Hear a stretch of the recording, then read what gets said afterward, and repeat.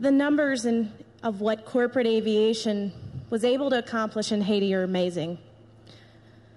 The business aviation and general aviation community came together at all levels and donated 750 flights, which moved 4,000 people in and out of Haiti, and 1.5 million pounds of critically needed supplies, including food and medicine and other things needed to get the people of Haiti back on their feet.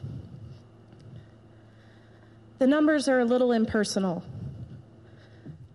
So today I'm going to give you some names. And these names are people who would not be alive as I stand here today if it weren't for the response of the business aviation community. 3 days after the earthquake, we flew a group of doctors into Haiti. And then on the morning of the second aftershock, CARE received a phone call from one of the doctors that he had a critically injured 11-year-old girl in his clinic who would not survive if she could not get to a level 1 trauma center in the United States. Through about 36 hours of coordination, we were able to get a donated Pilatus PC-12 into Haiti, and we were able to bring Yadissa to the United States, where she received care in Fort Lauderdale, Florida, underwent several surgeries, and we flew Yadissa home a couple weeks ago back to her parents. About a week later, we were notified of a patient named Wilmer.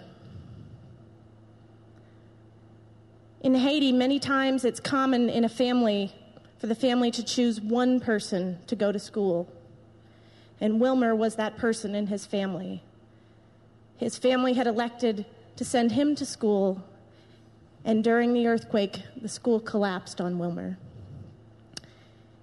He was a paraplegic, he was in organ failure, and he needed to get to the United States within 24 hours. We were notified of Wilmer's status, and in less than 4 hours, we had an aircraft in Jacmel, Haiti, flown by an owner of the aircraft out of Atlanta, who then flew Wilmer to medical treatment in Philadelphia. Wilmer's now in rehabilitation, and CARE will take him back to Haiti at some point in the next few months. About a month and a half ago, we received a call about Ruthnie.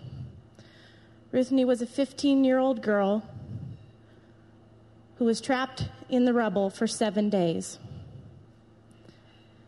She was pulled out of the rubble and sent to the Metashare Clinic, which is the largest hospital in Haiti. And over a period of 2.5 weeks, she had amputations on both of her legs. Unfortunately, her infection continued to spread, and she was within about 48 hours of her life. Through coordinated flights with both Coca-Cola bottlers out of North Carolina and Citation Shares, we were able to coordinate Ruthnie's flight to Philadelphia for treatment. Very proud to say that Ruthnie is now in rehabilitation and will be going back to Haiti in about 2 weeks.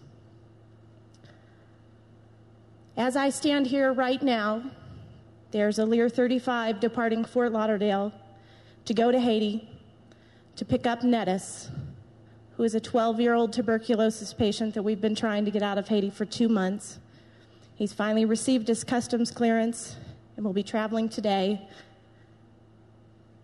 And through the Great Care Coordination Program, Nettis' aircraft will also be carrying a 47-year-old man who has severe tetanus, who is now on life support.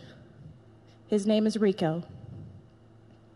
We expect Nettis and Rico to arrive in Fort Lauderdale around 8 p.m. tonight.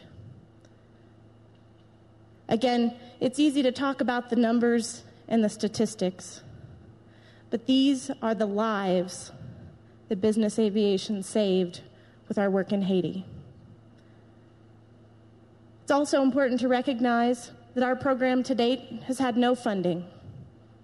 All of these flights have been donated. All of the pilots have donated their time. The dispatchers, the FBOs have given us fuel at cost. Many line service personnel have worked overtime to load airplanes and unload airplanes. And this program truly represents the incredible spirit that the business aviation community possesses and shows what we can do when we put our community as a whole together. Thank you.